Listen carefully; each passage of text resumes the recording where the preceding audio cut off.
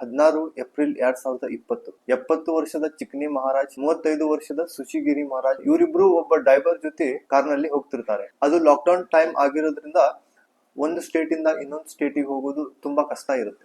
ಎಲ್ಲಾ ರಸ್ತೆಯನ್ನು seal down ಮಾಡಿರ್ತಾರೆ, ರಸ್ತೆಯಲ್ಲಿ ಬ್ಯಾರಿಕೇಡ್ ಗಳನ್ನ ಹಾಕಿರ್ತಾರೆ. ಸೊ ಇವರಿಗೆ ಮುಂಬೈನಿಂದ ಸೂರತ್ಗೆ ಹೋಗೋದಿರುತ್ತೆ. ಸೊ ಇವರು ಪೊಲೀಸಿಂದ ತಪ್ಪಿಸ್ಕೊಳ್ಳೋಕೆ ಸಣ್ಣ ಸಣ್ಣ ಹಳ್ಳಿಗಳ ರಸ್ತೆಯಿಂದ ಹೋಗ್ಬೇಕು ಅಂತ ಡಿಸೈಡ್ ಮಾಡ್ತಾರೆ. ಈ ಸಣ್ಣ ತಪ್ಪಿಂದ ಅವರು ಪ್ರಾಣ ಕಳ್ಕೊಂತಾರೆ ಅಂತ ಅವ್ರಿಗೆ ಗೊತ್ತಿರಲಿಲ್ಲ. Nothing has been more disturbing than the visuals which came from Palghar. Maharashtra के पालघर में घटी वो सामूहिक हत्या. The Maharashtra government has now ordered a high-level probe in the Palghar mob lynching. ಮುಂಬೈಯಿಂದ ಸ್ವಲ್ಪ ಕಿಲೋಮೀಟರ್ ಮುಂದೆ ಪಾಲೇಗರ್ ಅನ್ನುವಂತ ಊರು. ಆ ಪಾಲೇಗರ್ ನಲ್ಲಿ 300 ರಿಂದ 400 ಜನರ ದಂಡು ಕೈಯಲ್ಲಿ ಕಟ್ಟಿಗೆ ಹಿಡ್ಕೊಂಡು ಆಕ್ರೋಶದಿಂದ ಸಿಟ್ಟಿನಿಂದ ಇವ್ರ ಗಾಡಿಯನ್ನು ಮುತ್ತಿಗೆ ಹಾಕ್ತಾರೆ. ಏನೂ ಕೇಳದೆ ಏನು ಹೇಳದೆ ಕೋಲಿಂದ ಹೊಡೆಯೋಕ್ ಸ್ಟಾರ್ಟ್ ಮಾಡ್ತಾರೆ. ಅಷ್ಟರಲ್ಲಿ ಪೊಲೀಸರು ಬಂದು ಅವ್ರನ್ನ ಸ್ಟೇಷನ್ಗೆ ಕರ್ಕೊಂಡು ಹೋಗ್ತಾರೆ. ಆದ್ರೆ ಆ ಜನರ ದಂಡು ಎಷ್ಟು ಆಕ್ರೋಶದಿಂದ ಇರುತ್ತೆ ಅಂದ್ರೆ ಆ ಪೊಲೀಸ್ ಸ್ಟೇಷನ್ ನಿಂದ ಅವರನ್ನ ಹೊರಗೆ ಕರ್ಕೊಂಡ್ಬಂದು ಮತ್ತೆ ಹೊಡೆಯೋಕೆ ಸ್ಟಾರ್ಟ್ ಮಾಡ್ತಾರೆ. ಆ ಸಾಧುಗಳು ಎಷ್ಟೇ ಬೇಡಿಕೊಂಡ್ರು ಕಿರಿಚಿಕೊಂಡ್ರು ಆ ಜನಕ್ಕೆ ದಯೆ ಬರೋದಿಲ್ಲ. The visuals are absolutely horrifying. 16 अप्रैल 2020 को उन्मादी भीड़ ने पीट कर मार डाला. ಅಷ್ಟಕ್ಕೂ ಆ ಜನ ಅವ್ರನ್ನ ಯಾಕೆ ಹೊಡಿತಿದ್ದಾರೆ ಗೊತ್ತಾ? ಪೊಲೀಸ್ ಇನ್ವೆಸ್ಟಿಗೇಷನ್ ಇಂದ ಗೊತ್ತಾಗುತ್ತೆ ಆ ಹಳ್ಳಿಯ ಜನರಿಗೆ ಒಂದು ವಾಟ್ಸ್ಆಪ್ ಮೆಸೇಜ್ ಬಂದಿರುತ್ತೆ. ಕೆಲವೊಂದಿಷ್ಟು ಜನ ಮಾರು ವೇಷದಲ್ಲಿ ಬಂದು ನಿಮ್ಮ ಮಕ್ಕಳನ್ನ ಕಿಡ್ನಾಪ್ ಮಾಡ್ತಾರೆ, ಕಿಡ್ನಾಪ್ ಮಾಡಿದ್ಮೇಲೆ ಅವರ ಅಂಗಾಂಗಗಳನ್ನ ಡಾಕ್ಟರ್ಗೆ ಮಾರ್ತಾರೆ ಅಂತ ಒಂದು ವಾಟ್ಸ್ಆಪ್ ಮೆಸೇಜ್ फॉरवर्ड आएगा. वहाँ गांव में चोर आए हैं ऐसी अफवाह फैलाई गई है और इसी अफवाह चलते लोगों में गलतफहमी है. ಆ ವಾಟ್ಸ್ಆಪ್ ಮೆಸೇಜ್ ಅನ್ನ ವೆರಿಫೈ ಮಾಡ್ದೇನೆ ಆ ಜನ ಇಬ್ಬರು ಸಾಧುಗಳನ್ನ ಹೊಡೆದು ಸಾಯಿಸ್ತಾರೆ. ಶಾಕಿಂಗ್ ಥಿಂಗ್ ಅಂದ್ರೆ ಆ ವಾಟ್ಸ್ಆಪ್ ಮೆಸೇಜ್ ಅನ್ನ ಫಾರ್ವರ್ಡ್ ಮಾಡಿರುವಂತ ವ್ಯಕ್ತಿ ಯಾರು ಇನ್ನುವರೆಗೂ ಗೊತ್ತಾಗಿಲ್ಲ. ಇದು ಮೊದಲನೇದು ಅಥವಾ ಕೊನೆಯದಲ್ಲ. ಈ ತರಹದ ಘಟನೆಗಳು ನಮ್ಮ ದೇಶದಲ್ಲಿ ಸಾಮಾನ್ಯವಾಗಿಬಿಟ್ಟಿದೆ. ಬಹಳಷ್ಟು fake news, video, articles, forward messages ಸಿಗುತ್ತೆ. ಈ ಫೇಕ್ ನ್ಯೂಸ್ ಗಳಿಂದಾನೇ ದೆಹಲಿಯಲ್ಲಿ ದಂಗೆ ಆಯ್ತು, ಮಣಿಪುರದಲ್ಲಿ ದಂಗೆ ಆಯ್ತು, ಹರಿಯಾಣದಲ್ಲಿಯೂ ದಂಗೆ ಆಯ್ತು. ಇಡೀ ದೇಶದಲ್ಲಿ ದಂಗೆಗಳಾಗ್ತಾ ಇವೆ. Social media is flooded with provocative messages and fake news. ಕೆಲವೊಮ್ಮೆ ನಮ್ಮ ದೇಶದ ರೈತರನ್ನ ಟೆರರಿಸ್ಟ್ ಆಗಿ ಮಾಡಿದ್ರು, ಸೈನಿಕರನ್ನ ಕಳ್ಳರನ್ನಾಗಿ ಮಾಡಿದ್ರು, ಇನ್ನು ಧರ್ಮದ ಹೆಸರಲ್ಲಿ ದ್ವೇಷವನ್ನ ಹರಡುವಂತ ಕೆಲಸ ಮಾಡ್ತಾನೆ ಇರ್ತಾರೆ. ಅದು ಬಾಲಿವುಡ್ ಆಗಿರ್ಬೋದು, ಟಿವಿ ನ್ಯೂಸ್ ಆಗಿರ್ಬೋದು, ಅಥವಾ ನಿಮ್ ವಾಟ್ಸ್ಆಪ್ ಗ್ರೂಪ್ ಆಗಿರ್ಬೋದು. July 2018, 5 people lynched in the western state of Maharashtra. Social media, Instagram इस टाइम सबसे बड़ा फेक का अड्डा बना. ಇದೆಲ್ಲ ಆಗೋದು ನಮ್ಮ ದೇಶದ ಸುಳ್ಳು ಮತ್ತು ದ್ವೇಷದ ಪ್ರಾಪಗೆಂಡಾ ಮಾಡುವಂತ ಸಿಸ್ಟಮ್ ಕೆಲಸ ಮಾಡುತ್ತೆ. ಇವರು ಫೇಮ್ಗೋಸ್ಕರ, ವ್ಯೂಸ್ಗೋಸ್ಕರ ದ್ವೇಷವನ್ನ ಹರಡೋಕೆ ಯಾವ ಮಟ್ಟಿಗೂ ಹೋಗ್ತಾರೆ. ಒಂದು ಕಾಲ ಇತ್ತು ನಮ್ಮ ದೇಶದಲ್ಲಿ ಒಂದೇ ಟಿವಿ ಚಾನೆಲ್ ಇತ್ತು. ಅದರಲ್ಲಿ ಒಬ್ರು ಮೇಡಮ್ ಬರ್ತಾ ಇದ್ರು. ಅವ್ರು ಬಂದು ದೇಶ ಮತ್ತು ವಿದೇಶದ ಸುದ್ದಿಯನ್ನ ಹೇಳಿ ಹೋಗ್ತಾ ಇದ್ರು. आज सवेरे नई दिल्ली में प्रधानमंत्री के निवास स्थान पर हत्या करने की कोशिश की गई. ಆದ್ರೆ ಇವತ್ತು ದೇಶದಲ್ಲಿ 1,000ಕ್ಕೂ ಹೆಚ್ಚು ಪ್ರೈವೇಟ್ ಟಿವಿ ಚಾನೆಲ್ಸ್ ಗಳು ಹುಟ್ಕೊಂಡಿದೆ. ಇವುಗಳು 24x7 ಕೆಲಸ ಮಾಡುತ್ತೆ.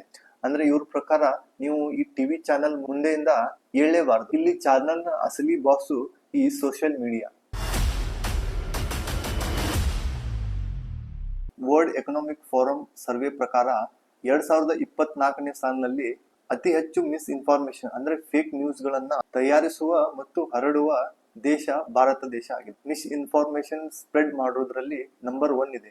ನಮ್ಮ ದೇಶದಲ್ಲಿ ಸುಳ್ಳು ಸುದ್ದಿಯನ್ನ ಹರಡುವ, ದ್ವೇಷವನ್ನು ಬಿತ್ತುವ ಒಂದು ದೊಡ್ಡ ಇಂಡಸ್ಟ್ರಿನೇ ಇದೆ. ಅದರಲ್ಲಿ 3 ಇಂಪಾರ್ಟೆಂಟ್ ಥಿಂಗ್ಸ್ ಅಂದ್ರೆ ಒಂದು ಪಾಲಿಟಿಕ್ಸ್, ಇನ್ನೊಂದು ರಿಲಿಜನ್ ಮತ್ತೆ ಜನರಲ್ ಇಶ್ಯೂಸ್. ನಾವು ಯಾವ ದೇಶವನ್ನ ಸೃಷ್ಟಿ ಮಾಡಿದೀವಿ ಅಂತಂದ್ರೆ ಯಾರಾದ್ರೂ ನ್ಯಾಯದ ಪರ ಮಾತಾಡಿದ್ರೆ ಅದರಲ್ಲಿ ಅವರ ಧರ್ಮ ಮತ್ತು ಜಾತಿಯನ್ನ ಹುಡುಕ್ತೀವಿ.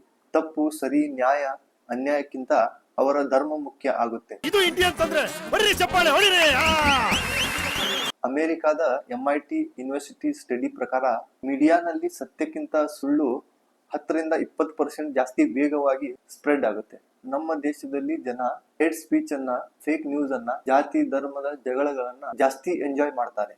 USC ಸ್ಟಡಿ ಹೇಳುತ್ತೆ ಇಂಥವರಲ್ಲಿ ವಿಚಾರ ಮಾಡುವ ಶಕ್ತಿ ಮತ್ತು ತಿಳಿದುಕೊಳ್ಳುವಂತ ಶಕ್ತಿ ತುಂಬಾ ಕಡಿಮೆ ಇರುತ್ತೆ. ಇವರಿಗೆ ಸುಳ್ಳು ಮತ್ತು ಸತ್ಯದ ನಡುವೆ ಅಂತರ ಕಂಡುಹಿಡಿಯುವ ಸಾಮರ್ಥ್ಯ ಇರೋದಿಲ್ಲ. ಒಂದು ನ್ಯೂಸ್ ಆರ್ಟಿಕಲ್ ವೈರಲ್ ಆಗುತ್ತೆ. ಒಂದು ಹುಡುಗಿ ಕೋಟಾನಲ್ಲಿ ಸ್ಟಡಿ ಮಾಡ್ತಿರ್ತಾಳೆ. ಆ ಹುಡುಗಿ ಸುಸೈಡ್ ಮಾಡ್ಕೊಂಡಿದ್ದಾಳೆ. ಸೊ ಕೋಟಾ ಇನ್ಸ್ಟಿಟ್ಯೂಷನ್ ಏನಿದೆ ಅದನ್ನ ಬಂದ್ ಮಾಡಬೇಕು ಅಂತ ಅವಳು ಸುಸೈಡ್ ಮಾಡ್ಕೊಂಡಿದ್ದಾಳೆ ಅಂತ ಒಂದು ವಿಡಿಯೋ ವೈರಲ್ ಆಗುತ್ತೆ. ಬಟ್ ಆ ಹುಡುಗಿ ಇನ್ನೂ ಜೀವಂತವಾಗಿ ಇದ್ಲು. हाय एवरीवन, मेरा नाम ज्योति ठाकुर है, एज नॉन एज ईसावासी। तो आज सुबह से मुझे काफ़ी कॉल्स एंड मैसेजेस आ रहे हैं कि मेरे बारे में एक फेक न्यूज़ वायरल हो रही है, और मैं सभी न्यूज़ चैनल और पेजेस से अपील करना चाहूँगी, अगर आप कोई न्यूज़ शेयर कर रहे हैं तो प्लीज़ सबसे पहले उसके फैक्ट्स और न्यूज़ की ऑथेंटिकेशन चेक करें। ಥಿಂಕ್ ಮಾಡಿ, ಆ ಹುಡುಗಿ ಸೋಷಿಯಲ್ ಮೀಡಿಯಾದಲ್ಲಿ ಬಂದು ನಾನು ಇನ್ನೂ ಬದುಕಿದ್ದೀನಿ ಅಂತ ಹೇಳಬೇಕಾಯ್ತು. ಆ ನ್ಯೂಸ್ನಿಂದ ಆ ಮನೆಯವರ ಪರಿಸ್ಥಿತಿ ಏನಾಗಿರಬಾರ್ದು. Indian school and cyber peace study ಪ್ರಕಾರ ನಮ್ಮ ಟಿವಿ ನ್ಯೂಸ್ ನಲ್ಲಿ ಬರುವ ನ್ಯೂಸ್ ನಲ್ಲಿ 23% ನ್ಯೂಸ್ ಫೇಕ್ ನ್ಯೂಸ್ ಆಗಿರುತ್ತೆ. ಮೊನ್ನೆ ಕೋಲ್ಕತ್ತಾ ಕೇಸ್ ನಿಮ್ಗೆಲ್ಲರಿಗೂ ಗೊತ್ತೇನೆ ಇರ್ಬೋದು. ಸಂಜಯ್ ರಾವ್ ಅನ್ನುವಂತ ವ್ಯಕ್ತಿ ತುಂಬಾ ಕೆಟ್ಟದಾಗಿ ಟಾರ್ಚರ್ ಮಾಡಿ ಅವಳನ್ನ ಸಾಯಿಸಿರ್ತಾನೆ. ಆದ್ರೆ ನಮ್ಮ ಈ ಮೇನ್ ಸ್ಟ್ರೀಮ್ ಟಿವಿ ನ್ಯೂಸ್ ಚಾನೆಲ್ಗಳಲ್ಲಿ ಒಂದು ಸುಳ್ಳು ಸುದ್ದಿಯನ್ನ ಸ್ಪ್ರೆಡ್ ಮಾಡ್ತಾರೆ. इसी बीच एक नया खुलासा हुआ है। महिला डॉक्टर के प्राइवेट पार्ट से 150 ग्राम सीमन मिला है। प्राइवेट पार्ट में 151 मिलीमीटर सीमन कैसे? क्या कई लोगों ने मिलकर हत्या की? ಇದು ಎಷ್ಟು ದೊಡ್ಡ ಸುಳ್ಳು ಮತ್ತು ಶಾಕಿಂಗ್ ಆಗಿದೆ ಅಂದ್ರೆ, ಸುಪ್ರೀಂ ಕೋರ್ಟ್ ಜಡ್ಜ್ ನ್ಯೂಸ್ ಮೀಡಿಯಾದ ಸುಳ್ಳು ಸುದ್ದಿಗಳನ್ನ ಕೋರ್ಟ್ ನಲ್ಲಿ ತರಬೇಡಿ ಅಂತ ಹೇಳ್ಬೇಕಾಯ್ತು. ಒಂದು ಟೈಮ್ ಇತ್ತು, ಟಿವಿ ಚಾನೆಲ್ಸ್ ಗಳಿಗೆ ಒಂದು ಸ್ಟ್ಯಾಂಡರ್ಡ್ ಇರ್ತಾ ಇತ್ತು. ಆದ್ರೆ ಈಗ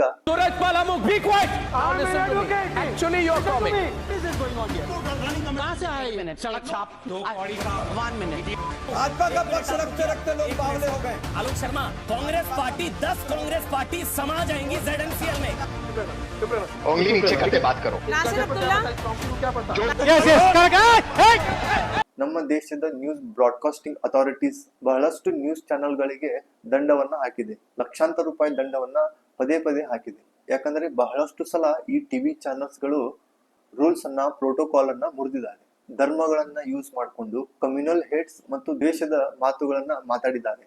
2-3 गोल टोपी वाले मियाँ लेके आएंगे, दाढ़ी और टोपी वाले। उनकी योग्यता केवल ये होनी चाहिए, उनके सिर पे गोल टोपी होनी चाहिए और दाढ़ी होनी चाहिए, देखने में मुल्ला लगे, और 3-4 तिलकधारी लाएंगे, गेरुए वस्त्र वाले, मोटी मोटी माला, और फिर उन्हें मुर्गे की तरह लड़ाएंगे। इससे देश का कितना नुकसान हो रहा है, ना तो ये चैनल समझ पा रहे, समझ तो रहे होंगे लेकिन अपने लालच में आंखें मूंदे हुए।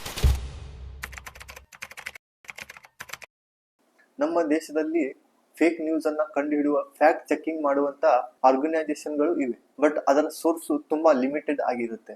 ಯಾಕಂದ್ರೆ ದಿನಕ್ಕೆ 500ರಿಂದ 1000 ವಿಡಿಯೋಗಳು ಇಂಟರ್ನೆಟ್ ನಲ್ಲಿ ರಿಲೀಸ್ ಆಗ್ತವೆ. ಸೊ ಅವ್ರಿಗೆ ಒಂದು ಲಿಮಿಟೇಷನ್ ಅಂತ ಇರುತ್ತೆ. ಅಂಡ್ ಲಾಸ್ಟ್ ಈ ರೆಸ್ಪಾನ್ಸಿಬಿಲಿಟಿ ನಮ್ಮ ಮೇಲೆ ಇರುತ್ತೆ.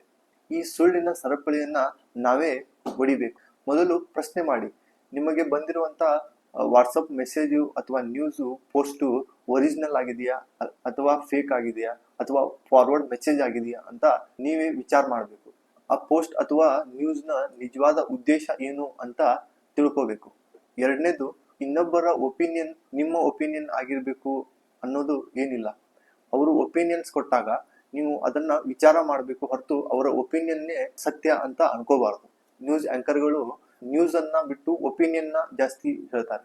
ಮೂರನೇದು ಇಂಪಾರ್ಟೆಂಟ್ ಅಂದ್ರೆ, ಒಂದು ನ್ಯೂಸ್ ಚಾನಲ್ ನ್ಯೂಸ್ ದ್ವೇಷವನ್ನ ಹುಟ್ಟಾಕ್ತಿದೆ ಅಂದ್ರೆ ನೀವು ಅದನ್ನ ಕಂಡು ಹಿಡಿಯಬೇಕು. ದ್ವೇಷ ಮತ್ತು ಸುಳ್ಳಿನಲ್ಲಿ ಎಷ್ಟು ಪವರ್ ಇದೆ ಅಂದ್ರೆ ಅದು ನಿಮ್ಮನ್ನ ಕುರುಡು ಮತ್ತು ರಿಡಿಕಲ್ ಆಗಿ ಮಾಡುತ್ತೆ. ಇದರಿಂದ ನಮ್ಮ ದೇಶದಲ್ಲಿ 2024ರಲ್ಲಿ 60ಕ್ಕೂ ಹೆಚ್ಚು ಕಮ್ಯುನಲ್ ರೈಟ್ಸ್ ಗಳು ಆಗಿದೆ. ಇದರ ಹಿಂದಿನ ಕಾರಣ ಈ ದ್ವೇಷ, ಇದನ್ನು ಬಿತ್ತುವ ಈ ಟಿವಿ ಚಾನೆಲ್ಸ್ಗಳು. ನೆನಪಿಟ್ಕೊಳ್ಳಿ, ನಮ್ಮ ದೇಶ ಬೆಳಿಬೇಕಾದ್ರೆ ಜನರು ಇನ್ಫಾರ್ಮೇಟಿವ್ ನಾಗರಿಕರಾಗಿರ್ಬೇಕು. ಸೊ ಈ ವಿಡಿಯೋ ನಿಮ್ಗೆ ಇನ್ಫಾರ್ಮೇಟಿವ್ ಅಂತ ಅನ್ಸಿದ್ರೆ, ಯೂಸ್ಫುಲ್ ಅಂತ ಅನ್ಸಿದ್ರೆ ಈ ವಿಡಿಯೋನ ನಿಮ್ಮ ಫ್ರೆಂಡ್ ಮತ್ತು ಫ್ಯಾಮಿಲಿ ಜೊತೆ ಶೇರ್ ಮಾಡ್ಕೊಳ್ಳಿ. ನಿಮಗೆ ಇಷ್ಟ ಆಗಿದ್ರೆ ಲೈಕ್ ಮಾಡಿ. ಮುಂದಿನ ವಿಡಿಯೋದಲ್ಲಿ ಸಿಗ್ತೀನಿ. ಬಾಯ್. ಹೆಜ್ಜೆ ಹೆಜ್ಜೆಗೂ ಕಾಲಿಗರಿಲ್ಲಿ ಮಿತ್ರತೆಗಳಿದು ಬೆಳೆಯುವುದೆಲ್ಲಿ, ಜಾತಿ ಭೇದವ ಮಾಡುವ ಮನುಜರ ಮಧ್ಯೆ ಇದ್ರೆ ಸಹ ಬಾಳ್ವೆಯಲ್ಲಿ ಹೊಸ ದಾರಿಯನ್ನು ನೀ ತೋರಿಸು, ಮನು ಮಂದಿರವನ್ನು ರಕ್ಷಿಸು,